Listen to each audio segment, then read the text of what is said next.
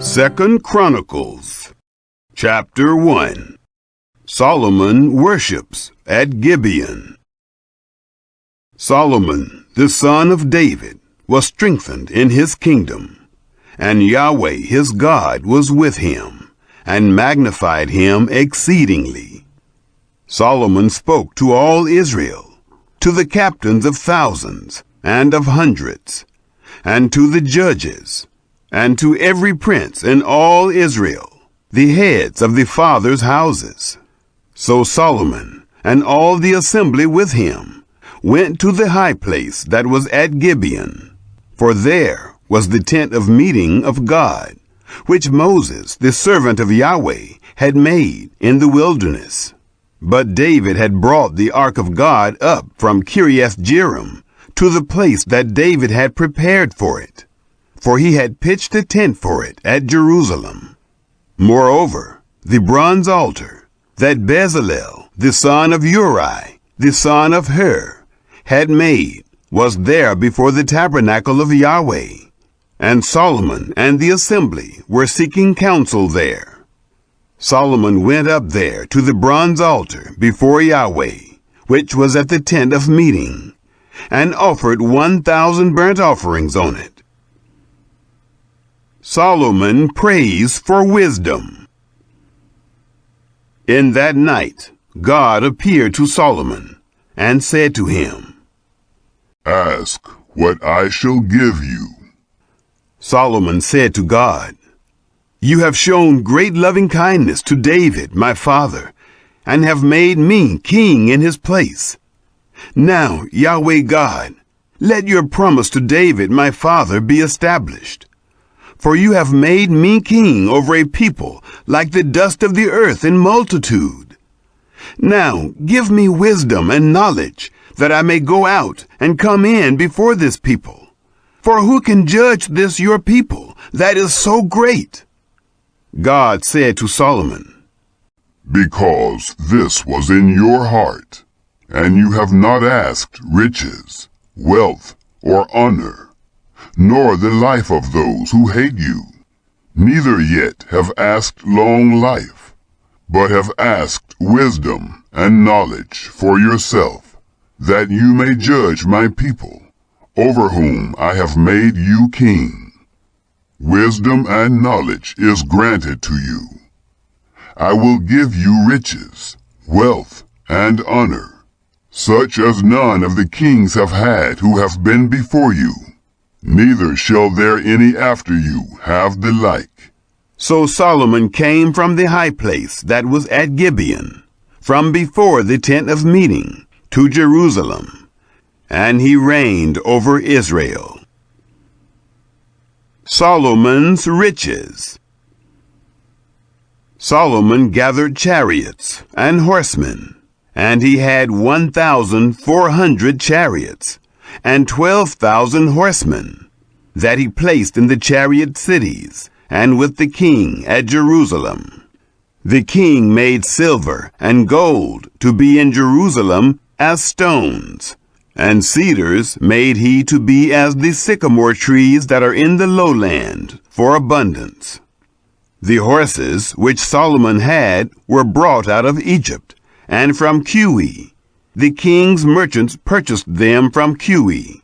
They brought up and brought out of Egypt a chariot for 600 pieces of silver, and a horse for 150. And so for all the kings of the Hittites and the kings of Syria did they bring them out by their means.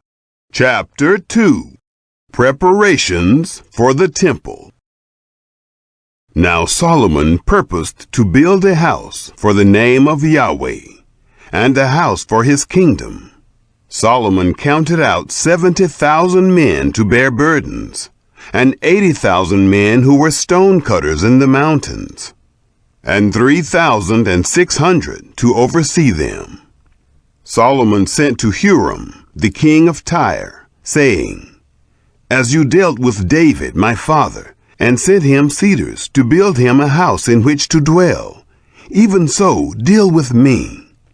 Behold, I am about to build a house for the name of Yahweh my God, to dedicate it to him, and to burn before him incense of sweet spices, and for the continual showbread, and for the burnt offerings, morning and evening, on the Sabbaths, and on the new moons, and on the set feasts of Yahweh our God. This is an ordinance forever to Israel. The house which I build is great, for our God is great above all gods. But who is able to build him a house, since heaven and the heaven of heavens can't contain him?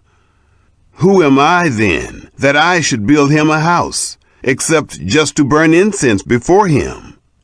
Now therefore, send me a man skillful to work in gold and in silver, and in brass, and in iron, and in purple, and crimson, and blue, and who knows how to engrave all kinds of engravings, to be with the skillful men who are with me in Judah and in Jerusalem, whom David my father did provide. Send me also cedar trees, fir trees, and algum trees out of Lebanon. For I know that your servants know how to cut timber in Lebanon. And behold, my servants shall be with your servants, even to prepare me timber in abundance. For the house which I am about to build shall be great and wonderful. Behold, I will give to your servants, the cutters who cut timber, 20,000 measures of beaten wheat, and 20,000 measures of barley, and 20,000 baths of wine, and 20,000 baths of oil. Huram agrees to assist. Then Huram, the king of Tyre, answered in writing, which he sent to Solomon, Because Yahweh loves his people, he has made you king over them. Huram continued, Blessed be Yahweh, the God of Israel, that made heaven and earth, who has given to David, the king, a wise son, endowed with discretion and understanding, that should build a house for Yahweh, and a house for his kingdom.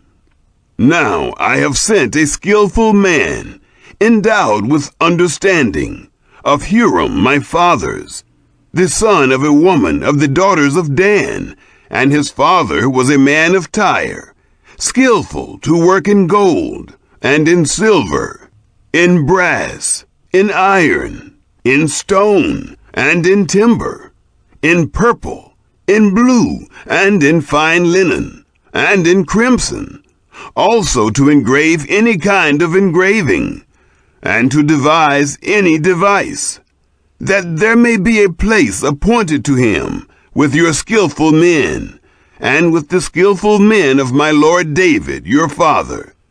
Now therefore, the wheat and the barley, the oil and the wine, which my lord has spoken of, let him send to his servants, and we will cut wood out of Lebanon, as much as you shall need. And we will bring it to you in floats by sea to Joppa, and you shall carry it up to Jerusalem. Solomon numbered all the foreigners who were in the land of Israel, after the numbering with which David his father had numbered them. And they were found 153,600. He set 70,000 of them to bear burdens, and 80,000 who were stone cutters in the mountains, and 3,600 overseers to set the people at work. Chapter 3. Temple construction begins. Then Solomon began to build the house of Yahweh at Jerusalem on Mount Moriah, where Yahweh appeared to David his father, which he prepared in the place that David had appointed, in the threshing floor of Ornan the Jebusite. He began to build in the 2nd day of the 2nd month, in the 4th year of his reign. Dimensions and materials. Now these are the foundations which Solomon laid for the building of the house of God. The length by cubits after the first measure was 60 cubits, and the breadth 20 cubits. The porch that was before the house, its length according to the breadth of the house was 20 cubits, and the height 120. And he overlaid it within with pure gold. The greater house he made a ceiling with fir wood, which he overlaid with fine gold, and ornamented it with palm trees and chains. He garnished the house with precious stones for beauty, and the gold was gold of Parvaim. He overlaid also the house, the beams, the thresholds, and its walls, and its doors, with gold, and engraved cherubim on the walls. He made the most holy house. Its length, according to the breadth of the house, was 20 cubits, and its breadth 20 cubits. And he overlaid it with fine gold, amounting to 600 talents. The weight of the nails was 50 shekels of gold. He overlaid the upper rooms with gold. In the most holy house he made 2 cherubim of image work, and they overlaid them with gold. The cherubim. The wings of the cherubim were 20 cubits long. The wing of the one cherub was 5 cubits, reaching to the wall of the house, and the other wing was likewise 5 cubits, reaching to the wing of the other cherub. The wing of the other cherub was 5 cubits, reaching to the wall of the house, and the other wing was 5 cubits also, joining to the wing of the other cherub. The wings of these cherubim spread themselves forth 20 cubits, and they stood on their feet, and their faces were toward the house. The veil and pillars. He made the veil of blue, and purple, and crimson, and fine linen, and ornamented it with cherubim. Also he made before the house 2 pillars of 35 cubits high, and the capital that was on the top of each of them was 5 cubits. He made chains in the oracle, and put them on the tops of the pillars. And he made 100 pomegranates, and put them on the chains. He set up the pillars before the temple, one on the right hand, and the other on the left, and called the name of that on the right hand Jachin, and the name of that on the left Boaz. Chapter 4. The bronze altar and molten sea. Then he made an altar of brass, 20 cubits its length, and 20 cubits its breadth, and 10 cubits its height. Also he made the molten sea of 10 cubits, from brim to brim, round in compass, and its height was 5 cubits, and a line of 30 cubits encircled it. Under it was the likeness of oxen, which encircled it, for 10 cubits, encircling the sea. The oxen were in 2 rows, cast when it was cast. It stood on 12 oxen, 3 looking toward the north, and 3 looking toward the west, and 3 looking toward the south, and 3 looking toward the east. And the sea was set on them above, and all their hinder parts were inward. It was a handbreadth thick, and its brim was worked like the brim of a cup, like the flower of a lily. It received and held 3,000 baths. The 10 lavers, candlesticks, and tables.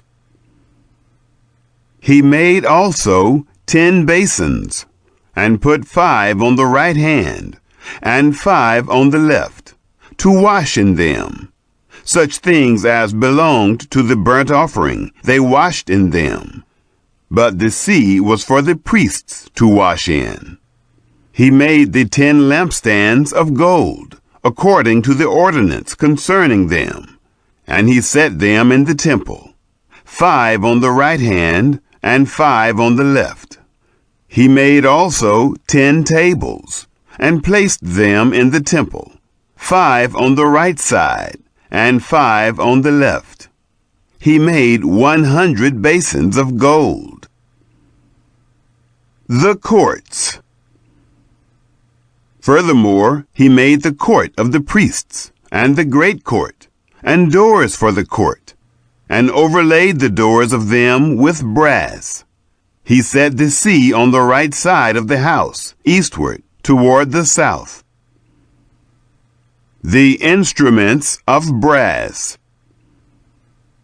Huram made the pots, and the shovels, and the basins. So Huram made an end of doing the work that he did for King Solomon in the house of God.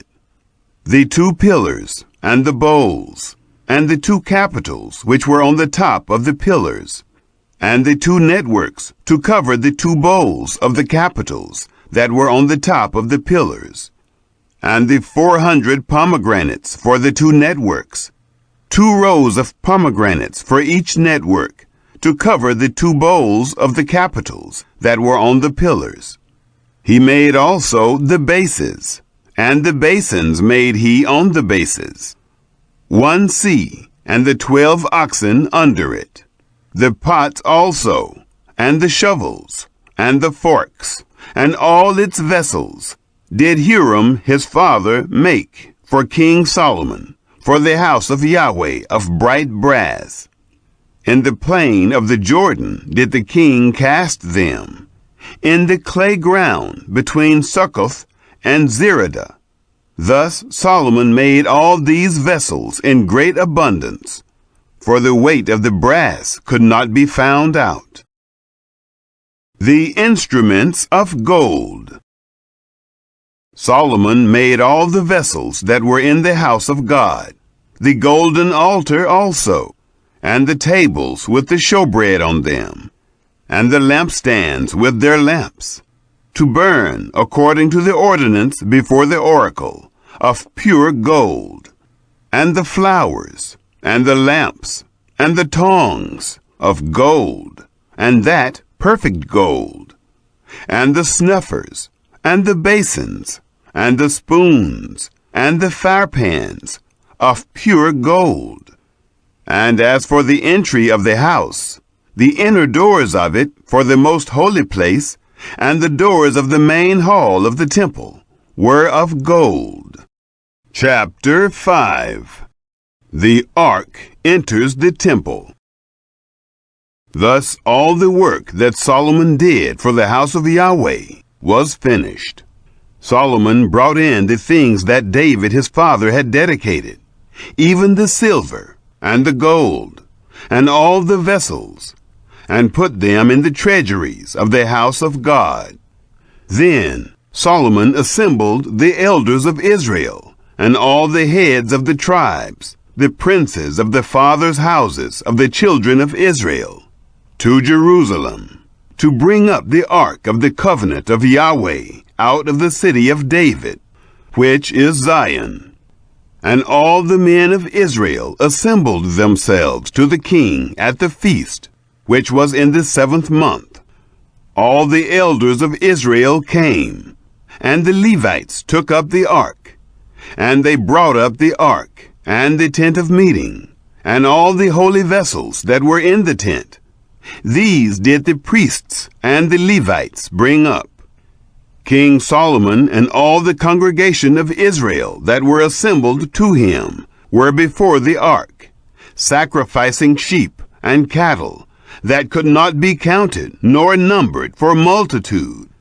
The priests brought in the ark of the covenant of Yahweh to its place, into the oracle of the house, to the most holy place, even under the wings of the cherubim.